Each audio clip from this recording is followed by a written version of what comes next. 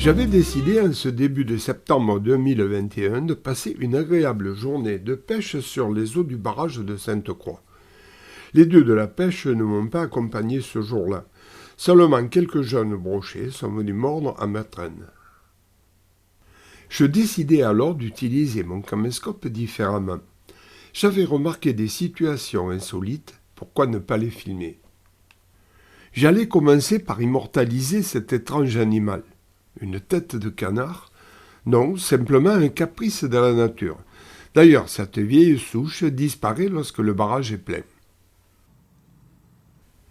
J'avais pour habitude de casser la croûte sous ce chêne sûrement plus que centenaire. Je suis triste de le voir dépérir ainsi. On découvre sur les rives du lac de nombreux galets mis à jour au fil des ans. Cet été, un touriste sûrement très méticuleux a réalisé cette œuvre éphémère à l'aide de ces remarquables galets, une véritable œuvre d'art. Souvenez-vous, j'ai réalisé 2 vidéos sur lesquelles on voyait de nombreuses hirondelles récolter de la boue afin de réaliser leur nid. Eh bien, c'est ici.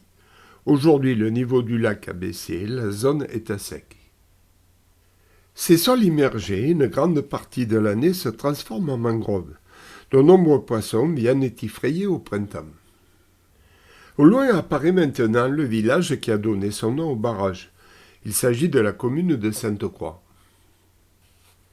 C'est en 1974 que fut mis en eau le barrage de Sainte-Croix. Une immense digue bouchait l'entrée des gorges de Baudinard. C'est cette dernière que nous apercevons au loin. À proximité de cette dernière, un large pont permet de rejoindre les 2 rives du barrage.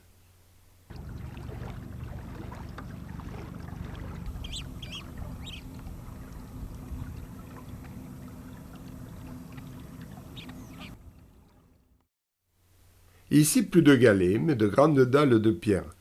Ces dernières ont aussi inspiré nos amateurs de structures éphémères.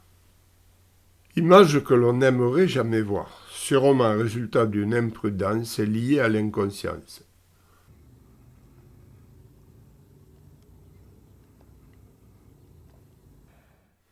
Vous avez sûrement entendu parler de l'ancienne source résurgente appelée Fontaine-l'Évêque. C'est ici qu'elle jaillissait de terre. Malheureusement, cette dernière se trouvait à un niveau inférieur à celui du barrage. En 1974, elle fut engloutie définitivement.